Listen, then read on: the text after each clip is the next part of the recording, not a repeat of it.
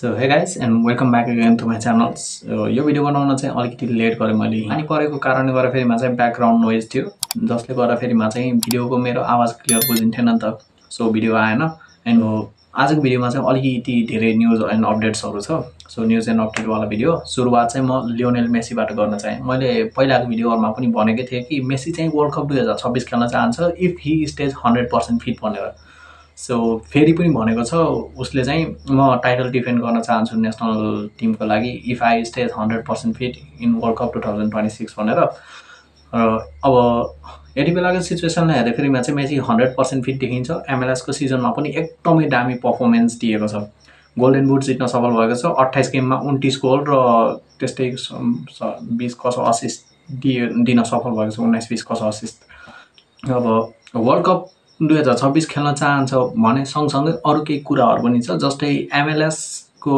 जुन हुन्छ नि एउटा हरेक लिगको चाहिँ रुल्स एन्ड रेगुलेसन्स हुन्छ जसले चाहिँ क्लबहरुलाई रिस्ट्रिक्ट गर्छ यति पैसा खर्च गर्ने यति कमाईको अनुसार त्यो खर्च गर्ने अलाउन्स हुन्छ नि त सो मेसीले चाहिँ मिडियामा भनेको थियो कि MLS लिगले चाहिँ जुन यो क्लबहरुलाई चाहिँ रिस्ट्रिक्ट गरेको छ प्लेयर्सहरु साइनिङको लागि खर्च गर्नको लागि सो त्यो रिस्ट्रिक्सनलाई चाहिँ अलिकति रिल्याक्स गर्दा राम्रो हुन्छ किनकि हरेक क्लबले चाहिँ यदि आफूले चाहेको प्लेयर खरिद्न पाउनु पर्छ मौका पाउनु पर्छ आफूले चाहेको प्लेयर किन्नलाई भनेर मेसीले चाहिँ एउटा इन्ट्रेस्ट जाहिर गरेको छ नि त so I think it's a good thing किनकि यसले चाहिँ लिगलाई प्रमोट गर्छ मेसीले पनि भनेकै थियो कि यदि हरेक क्लबले चाहिँ आफूले चाहेको प्लेयरलाई किन्ने मौका पाउने हो भने चाहिँ यसले लिगलाई नै बेटर गर्छ इन द वर्ल्ड यसले चाहिँ लिगलाई नै प्रमोट गर्छ अब मेसीकै केसमा हेरौँ न मेसी इन्टर मायामी आएपछि चाहिँ MLS लाई पुरै दुनियाभरि चिनिएको नत्र भने मेसी इन्टर मायामी जानुभन्दा अघि चाहिँ MLS एक्जिस्ट गर्छ भनेर कसैलाई पनि थाहा थिएन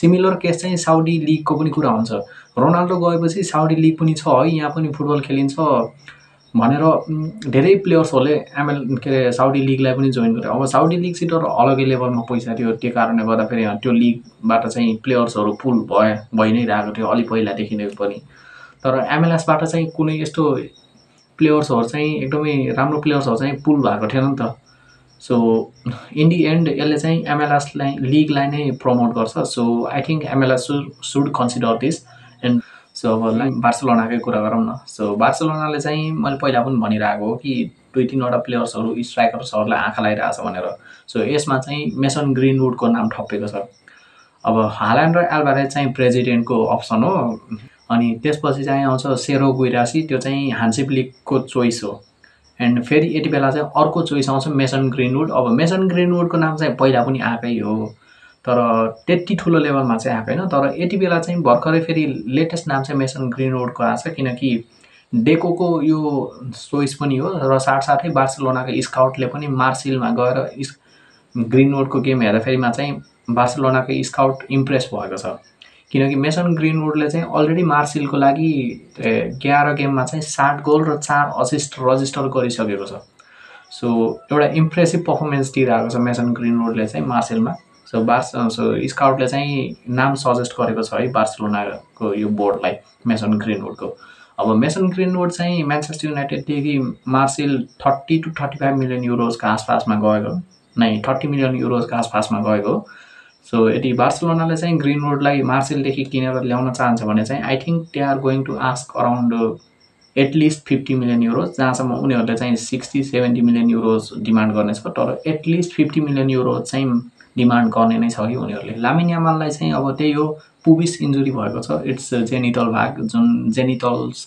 तिर त्यो हिसाबमा चाहिँ इन्जुरी भएको अब त्यो इन्जुरीबाट फर्केपछि लामिन यामालको फर्म चाहिँ डामाडोल नै चलेको हो र यो एल क्लासिको गेममा जाँदाफेरिमा चाहिँ उसलाई त्यो ठाउँमा डिस्कम्फर्ट महसुस भइरहेको थियो सो त्यसले गर्दाफेरिमा चाहिँ उसको पोटेन्सियल चाहिँ फुल्ली उसको एबिलिटी चाहिँ फुल्ली युटिलाइज भएको छैन गेममा अब यदि यो केस हो भने चाहिँ लामिन यामाललाई किन एसेस गरिएन तर लामिन यामालले डिस्कम्फर्ट छ भन्दा कुरो मेडिकल टिमलाई भन्नु पर्ने हो नि त सो यसमा चाहिँ म लामिन यामालको नि गल्ती देख्छु र साथसाथै बार्सिलोनाको मेडिकल टिमको फेलियर पनि देख्छु अब जावी हर्नान्डेजको अन्डरमा चाहिँ अलरेडी एकदमै धेरै इन्जुरी इस्युजहरु थियो फेरि त्यो इस्युज चाहिँ यो हान्सी फ्लिकको अन्डरमा नहोस् है so Lamine Yamal should have associate with the medical team र मेडिकल टिमले पनि लामिन यामाललाई एसेस गरिराख्नुपर्छ उसको हेल्थ कन्डिसनलाई किनकि he is really important player in fact he is the star player at the Barcelona at the current time.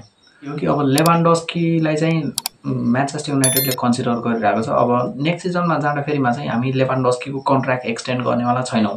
So यो पहिलेदेखि clear छ। त्यही भएर म्यान्चेस्टर युनाइटेडले चाहिँ लेभान्डोस्कीलाई म्यान्चेस्टर युनाइटेड फ्री एजेन्टको रूपमा साइन इन गर्न चाहन्छ, किनकि अब यसको रिजन यो पनि हो कि इनियस ग्रुपले चाहिँ अब नयाँ स्टेडियम बनाउने भनेको छ म्यान्चेस्टर युनाइटेडको लागि, र यो नयाँ स्टेडियम बनाउन चाहिँ 2 बिलियन पाउन्ड्सको खर्च अनुमान गरेको छ। सो त्यसले गर्दाफेरिमा चाहिँ प्लेयर साइनिङमा कम्प्रोमाइजेस चाहिँ हुनेवाला छ। सो दे वान्ट सस्तो डिल र सस्तो एक्सपिरियन्स टिकाउवाला डिल चाहन्छ। सो लेभान्डोस्की अलरेडी प्रुभन स्ट्राइकर हो। 37 के एजमा पनि बार्सिलोनामा एकदमै राम्रो पर्फर्मेन्स ड्रप गरेको छ। And he is really experience player जुन म्यान्चेस्टर युनाइटेडलाई चाहिरहेको छ। अब फेरि अर्को कुरा आउँछ फेरि टस टेगनको। अब टस टेगनको चाहिँ सिचुएसन सबैलाई थाहा छँदैछ। फ्यान र टस टेगन बिच एक लडाइँ पनि भएको। I think he is considering to leave Barcelona on loan move in this upcoming January. अब सिजनको एन्डमा चाहिँ पर्मानेन्ट डिलमा पनि जान सक्छ यदि कुनै क्लब इन्ट्रेस्ट गर्छ भने चाहिँ। तर यो जनवरी ट्रान्सफर मार्केटमा चाहिँ ऊ सायद लोन मुभमा जानको लागि कन्सिडर गरेको छ। लेटेस्ट रिपोर्ट्सहरूले चाहिँ यही सजेस्ट गर्छ है।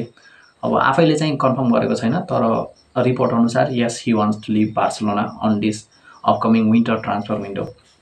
एन्ड फेरि अब म्यान्चेस्टर युनाइटेड तर्फ नै जान चाहेँ म, किनकि जग्जी अलरेडी स्टार्टिङ 11मा चाहिँ स्ट्रगल गरिरहेको छ। गएको 10वटा गेममा 5 गेम त बेन्चमा छ, र त्यो 5 गेममा पनि जम्मा 99 मिनट्स मात्र खेल्न पाएको छ। मतलब कन्सिडर गर्दाफेरिमा चाहिँ जम्मा 19 मिनट खेल्न पाइरहेको छ, 19-20 मिनट म्याक्सिमम। सो त्यसले गर्दाफेरिमा चाहिँ सेभियाले कन्सिडर गर्दैछ म्यान्चेस्टर युनाइटेडदेखि चाहिँ जग्जीलाई किनेर ल्याउने। अब म्यान्चेस्टर युनाइटेडले चाहिँ सायद 60 to 65 मिलियन पाउन्ड्स त्यस्तै कसो खर्च गरेको थियो जग्जीलाई किन्दाफेरिमा। यदि सेभियालाई बेच्छ भने चाहिँ सेभियाले त्यो पैसालाई चाहिँ घटाएर अराउन्ड 50 मिलियन युरोज दिन तयार हुन्छ होला म्याक्सिमम। त्योभन्दा माथि चाहिँ जाला जस्तो लाग्दैन, किनकि जग्जीको नम्बर्स एकदमै स्ट्रगल गरेको साफ देखिन्छ। एन्ड म्यान्चेस्टर युनाइटेडको यो कुरा पनि रहेको छ कि गएको त्यही 5-6 वर्षको कुरा गरौँ न। सो प्लेयर्सहरूलाई चाहिँ हेभी प्राइसमा किनेर ल्याउने र एकदमै लो प्राइसमा कि चाहिँ फ्रीमा जान दिने। सो यो एउटा प्रब्लम पनि रहेको छ। एन्ड आई थिङ्क जग्जी पनि सस्तो प्राइसमा नै जान्छ होला जहाँसम्म मलाई त्यस्तै लाग्छ। रास्मस होइल्यान्डकै कुरा गरौँ। सो होइल्यान्ड चाहिँ न्यापोली गएपछि एन्टोनियो कोन्टेलाई एकदमै इम्प्रेस गर्न सफल भएको छ, किनकि अलरेडी 6 गेममा चाहिँ 4 गोल स्कोर गरिसकेको छ रास्मस होइल्यान्डले। सो एन्टोनियो कोन्टे चाहिँ रास्मस होइल्यान्डको डिललाई पर्मानेन्ट गर्न चाहन्छ, र यो डिल चाहिँ अब पहिला चाहिँ युनाइटेडले 60 to 65 मिलियन 70 मिलियन पाउन्ड्सको त्यस्तै कसोको डिमान्ड गरेको थियो। न्यापोली चाहिँ त्यति धेरै दिन चाहँदैन, तर म्यान्चेस्टर युनाइटेड चाहिँ यो प्लेयरलाई जसरी भए पनि अपलोड गर्न चाहन्छ र उनीहरूलाई पैसाको जरुरी पनि छ। सो त्यसले गर्दाफेरिमा चाहिँ म्यान्चेस्टर युनाइटेड 45 मिलियन पाउन्ड्सको डिलमा चाहिँ यो डिल कम्प्लिट गर्न तयार भएको छ। 40 to 45 मिलियन युरोज है, डिल होइन के पाउन्ड होइन। चाहिँ अब फेरि म रासफोर्डलाई पनि छुन चाहेँ, किनकि रासफोर्डको चाहिँ पर्फर्मेन्स ड्रप भइरहेको छ, एकदमै राम्रो ड्रप भइरहेको छ, स्पेसल्ली च्याम्पियन्स लिगवाला सेक्सनमा। अब लालिगामा चाहिँ रासफोर्डले त्यति साह्रै केही गर्न सकेको छैन, तर च्याम्पियन्स लिगमा चाहिँ डेलिभर गरि नै रहेको छ। अब एल क्लासिकोमा पनि असिस्ट चाहिँ डेलिभर गरेको थियो फर्मिन लोपेसको गोलमा। सो रासफोर्डको डिल चाहिँ पर्मानेन्ट गर्ने प्लान गर्दैछ है बार्सिलोना। अब एक्ज्याक्टली के हुँदैछ त्यो त म भन्न सक्दिनँ, किनकि इन्टर्नल कुरा हो, तर रिपोर्ट्सले सजेस्ट गरे अनुसार चाहिँ रासफोर्डको डिल पर्मानेन्ट हुने चान्सेस एकदमै धेरै छ है। सो 35 मिलियन युरोजको डिलमा चाहिँ एकदमै कट प्राइस डिल हो रासफोर्ड जस्तो प्लेयरको लागि। उसको पोटेन्सियल छ, म्यान्चेस्टर युनाइटेडमा पनि राम्रो गरेकै हो उसले, तर केही न केही फलआउटको कारणले गर्दाफेरिमा चाहिँ फेल भएको। सो यो डिल पर्मानेन्ट हुन्छ भने पनि आम ओके विथ दिस, किनकि कट प्राइस डिल हो नि त, एउटा राम्रो डिल हुनेछ। इन्जुरीको फेरि कुरा गर्नु पर्दाफेरिमा चाहिँ केडिबी मसल इन्जुरीले गर्दाफेरिमा चाहिँ यो सिजनको लागि आउट भइसक्यो। अब डाइरेक्ट अर्को सिजन भेट्नेवाला छ। अनि ड्यानी कार्वाहाल पनि 2026मा गएर बल्ल आउनेवाला छ। मतलब he is out for the 6 to 10 weeks, किनकि यो एल क्लासिकोमा चाहिँ जुन त्यो 19 मिनट्स खेलेको थियो त्यसले त्यो जम्मा 19 मिनटको गेममा चाहिँ उसको खुट्टामा डिस्कम्फर्ट भेटाइरहेको थियो, उसको गुडामा चाहिँ डिस्कम्फर्ट भेटाइरहेको थियो, र यो त्यही खुट्टा हो जसमा चाहिँ एसिएल लागेको थियो अक्टोबर 2024 जसले गर्दा होल सिजन नै आउट भएको थियो नि त ड्यानी कार्भाल। सो त्यो इन्जुरी चाहिँ फेरि उस भएको छ क्या, फेरि उल्झेको छ र सर्जरी पनि सक्सेसफुल्ली भइसक्यो र रिह्याबको प्रोसेस सुरु पनि भइसक्यो। सो 6 देखि 10 हप्ताको लागि चाहिँ ड्यानी कार्भाल आउट हुँदैछ र 2026 आएर बल्ल फर्किनेछ। अब कुन महिना कुन गेममा फर्किनेछ त्यो चाहिँ त्यति बेलै थाहा हुन्छ। अनि अब फेरि कोचेसहरूको कुरा गरौँ त। सो जुभेन्टसको कोच इगोर ट्युडर जो लास्ट सिजनको अन्त्यतिर नै हो के अरे अपोइन्ट भएको। आफ्नो पुरानो कोच एक्ज्याक्ट नाम के थियो मैले बिर्सेँ। सो इगोर ट्युडर पनि धेरै बेर त कोच गर्न पाएन, त्यस्तै अराउन्ड 4 महिना कसो कोचिङ गरेको हो। सो लास्टको 8 गेममा चाहिँ एक पाली पनि जित्न सकेको थिएन। विनलेस रन भएको कारणले गर्दाफेरिमा चाहिँ इगोर ट्युडरलाई स्याक गरिदिएको छ जुभेन्टसले। यति बेला चाहिँ मासिमिलियानो ब्राम्बिली, सो यो नाम पनि अजिब छ। यो कोच चाहिँ जुभेन्टसकै सेकेन्ड टिमको हेड कोच हो। ट्रान्सफर मार्केटमा चाहिँ स्प्यालेटीलाई अपोइन्ट गर्ने कन्सिडर गरिरहेको छ एज अ मेन हेड कोचको रूपमा जुभेन्टसले यति बेला चाहिँ। अनि फेरि आन्जे पोस्टेकोग्लुलाई पनि नटिङहाम फरेस्टले चाहिँ जम्मा 1 महिना 9 दिनको स्पानमा चाहिँ स्याक गरिदिएको छ र 1 महिना 9 दिनको कोचिङ करियरमा चाहिँ उसले 8 गेम म्यानेज गरेको छ र 8 गेममा चाहिँ 2 गेम ड्र गरेको छ र बाँकी 6 गेम चाहिँ लस लिएको छ। सो त्यसले गर्दाफेरिमा चाहिँ नटिङहाम फरेस्टले आन्ज पोस्टेकोग्लुलाई स्याक गरिदिएको छ क्लबदेखि। सो एकदमै ब्याड पर्फर्मेन्स रहेको छ र सर्टेस्ट कोचिङ हिस्ट्री रहेको छ यो नटिङहाम फरेस्टको हेड कोचको हिस्ट्रीमा चाहिँ। अनि भिन्सेन्ट कम्पनीले चाहिँ बायर्न म्युनिखसित आफ्नो कन्ट्र्याक्ट चाहिँ 2029 सम्मको लागि एक्सटेन्ड गरेको छ। सो यो त रह्यो कोचेसको कुरो। अब फिफाको कुरा गरौँ। सो फिफासित पनि रिलेटेड 2टा न्युज छ। पहिलो न्युज हो रसियाले चाहिँ युरो 2032 जुन हुन्छ नि युरो हरेक सिजन जस्तै खेलाउने, सो युरो 2032 चाहिँ होस्ट गर्नको लागि अब इटाली सिलेक्ट भएको छ फिफा अनुसार। तर इटालीमा चाहिँ स्टेडियम प्रब्लम्सहरू सामु आइरहेको छ र स्यानसिरो जुन एसी मिलान र इन्टर मिलान दुइटैले आफ्नो के अरे आफ्नो मेन स्टेडियमको रूपमा युज गर्छ, त्यसलाई पनि डेमोलिस गरेर फेरि नयाँ स्टेडियम बनाउने कुरा आएको छ नि त। सो त्यसले गर्दाफेरिमा चाहिँ रसियाको जुन त्यो छ नि मस्काउ फुटबल फेडरेसनको प्रेजिडेन्ट, अब एक्ज्याक्टली नाम के थियो मैले बिर्सेँ, उसले चाहिँ भनेको छ कि we are here to replace Italy to host Euro 2032 भनेर भनेको छ। अनि उसैले नै भनेको हो कि इटालीमा चाहिँ स्टेडियमको प्रब्लम छ र स्टेडियम अर्गनाइजेसन फेल भयो भने चाहिँ वी आर हियर भनेर यसरी मकिङ तरिकाले भनेको छ।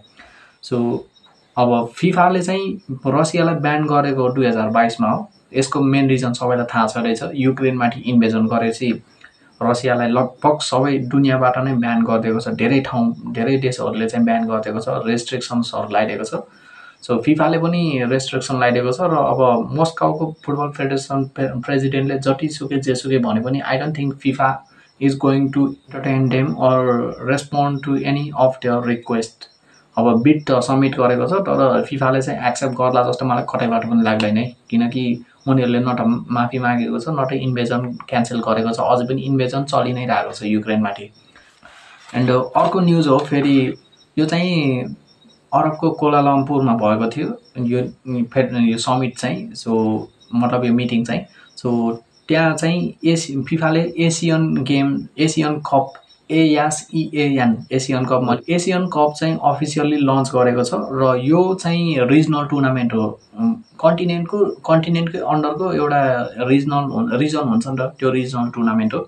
So south east Asian regional tournament हो र यो टुर्नामेन्टमा चाहिँ 11वटा कन्ट्रीहरू भाग लिनेछ र त्यो कन्ट्रीहरूको नाम हो Indonesia, Malaysia, Thailand, Vietnam, Singapore, Philippines, Myanmar, Laos, Brunei अनि तिमोर लेस्टे र क्याम्बोडिया।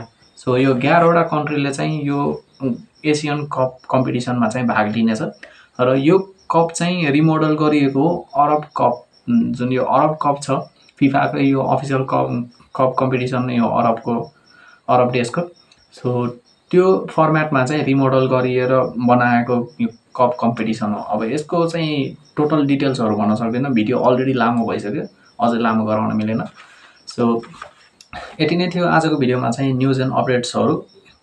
बाँकी चाहिँ म नेक्स्ट भिडियोमा भेट्नेछु। तबसम्मलाई चाहिँ see you till then, take care and bye by.